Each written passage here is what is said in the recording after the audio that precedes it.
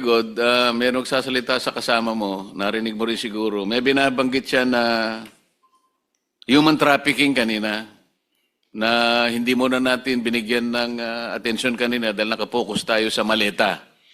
Ngayon, ano yung pangyayari at nabanggit ninyo yung sa issue ng human trafficking? Nabanggit ko po yon para lang magbigay ng example na hindi lahat ng alam nila ay nailagay po dito sa affidavit. At nabanggit ko yung example po na yon dahil napakabigat po na krimen yun eh. Yung human trafficking, I think under the new law 11362, punishable by 15 to 20 years plus perpetual disqualification to hold public office. And isang mataas na opisyal ang gumagawa noon. Ang sabi pa nga ho nila ay minsan nagpapakuha ng 5 babae, pagpipilian niya, yung hindi niya nagustuhan, bibigyan niya ng tip, then maiwan yung napili niya. No? And it did not happen once, it did not happen twice. Marami po. Sa Maidas, minsan sa Shangri-La. Sinabi lang sa iyo yan. Sinabi rin po pati pangalan, no? Hindi, kinuwento lang sa iyo yan. Opo. Ang ibig ko sabihin, sino makakapagpatunay kung sino yung binabanggit mong opisyal na yan? Nandito po yung dalawa na naka-experience, nakasama ho silang naghatid nung babae. At Teka, ilang pagkakataon? 2? 2 beses po na So, mamimili siya mula sa 5, ganon? minsan 3, minsan 2 ang dadalhin po. Namimili muna siya. Namimili, and then yung napili niya, may iwan doon.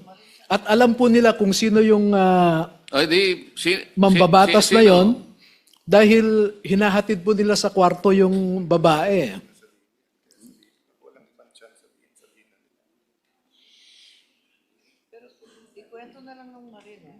Yung siguro kung sino na lang nakakaalam kasi sinabi lang sa iyo, mahirap naman 'yon. Baka mamaya mabanggit mo hindi naman totoo. Yung magtapat na lang yung talagang nakakita ng sinasabi mo at patunayan po ninyo na ang sinasabi ni Attorney Baligod ay totoo. Your Honor, ako po yung naka-experience doon sa Maidas. Pwedeng paki-detalye po ninyo? Your Honor, unang dumating po yung VIP. Sino po yung VIP? Si Senator Erwin Tulfo, Your Honor.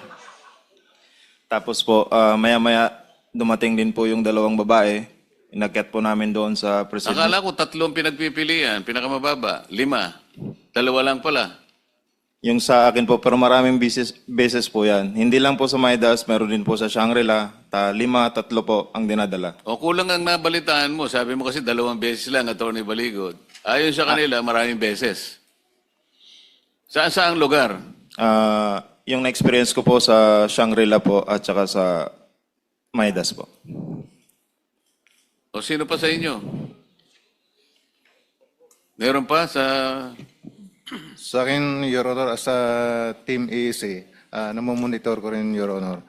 Kasi nandyan lang kami sa paligid, saka sa Viber chat namin, na nandyan na, dumating na sa lobby yung babae, i-guide nyo na. Ganun lang po yung experience ko po. Ganon din yung pangalan ng binanggit ng kasama mo? Kapareho rin? Yes, Your Honor. Okay.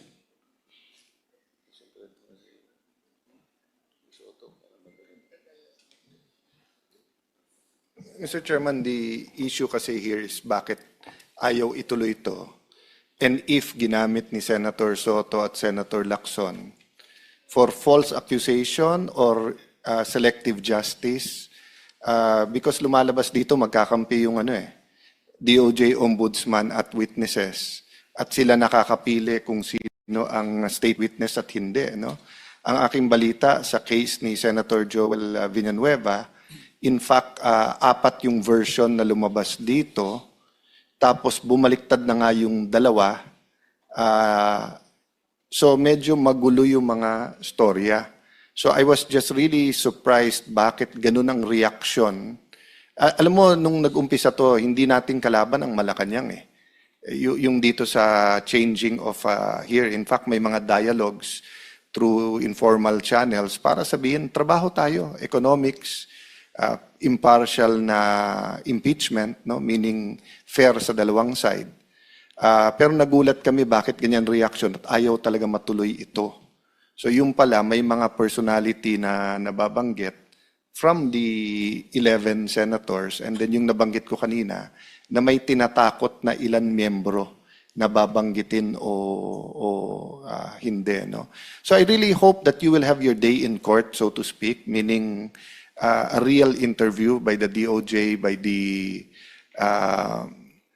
the Office of the Ombudsman.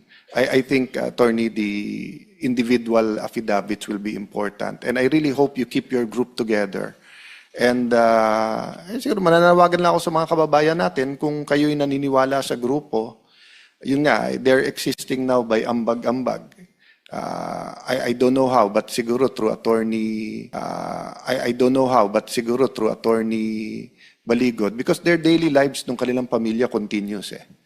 And we don't know if this scandal will be 1 week, 1 month, 1 year, because tip of the... So lumalabas sa inyo, no? 2022 pa lang? When was the first delivery? Sir, paki-mic lang para. September 2022. 2022. And they took office June 30. So, hindi pa siguro namang ghost project yan. So, regardless saan galing ang pera, it only took July, August, September. It only, late July, kasi hindi siya naging APRO until SONA eh, after SONA. So, August, September, so parang 2 buwan pa lang may delivery na. So, we're talking about corruption scandals that were already in existence 2022, 23, 24 bago to sumabog lahat ng 2025, no? So Mr. Chairman, I hope nga no that people will continue to help us point us in the right direction, yung mga tamang witness. And kabaliktaran, kung may nanonood ngayon na tingin nyo ng bobola, nabayaran, nagsisinungaling ang mga kaharap namin ngayon, give us the information so that we will test their credibility. Thank you, Mr. Chairman. From my side, I think we should give them rest. I hope they'll be safe. But I think it's very important we schedule a hearing next. Tingin ko makikipag-unahan yung 11 eh. Kung ano mauna yung special session or yung pangalawa nating hearing. No? But I'm serious, Mr. Chairman. I'm willing to give up the Senate presidency for just so that masunod yung konstitusyon. But I'm not willing to give up the truth. Kailangan matuloy itong hearings na to. Thank you, Mr. Chairman. Thank you, Mr. SP. I share your optimism as well as your frustration. Like you, I do not wish to hold the chairmanship of the Blue Ribbon Committee. Hindi ko ginusto ito. Naibigay lang sa akin noong unang pagkakataon. Kinaya ko, gusto kong gawin din, alang-alang sa bansa. Ngunit tinanggal sa akin. Ngayon ay pinipilit naming buhayin uli para sa ganon ay malaman na ng bayan ang katotohanan. Ngunit dumadaan tayo sa napakaraming pagsubok. Ito nga yung aming pinakikiusap. Sino man ang gustong humawak ng responsibilidad na ito, okay lang po sa amin. Basta't sana magkaroon lamang sila ng kaseryosohan sa pananagutan na gawin natin ito alang-alang sa ating bansa.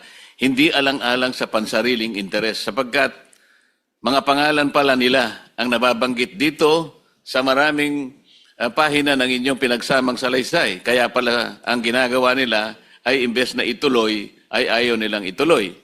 Kaya hindi po natin alam kung ito na yung huli nating pagdinig o maaari pa tayong magkaroon ng pagdinig. Depende po kung may pagtatagumpay nila ang kanilang layunin na talagang takpan na, putulin na, bigyan na ng katapusan ang pagdinig na ito. Ngayon lamang po sa ilalim ng atmosphere na ginagawa natin ngayon, mapapansin ninyo na nandyan po yung pressure na nakabantay sa atin.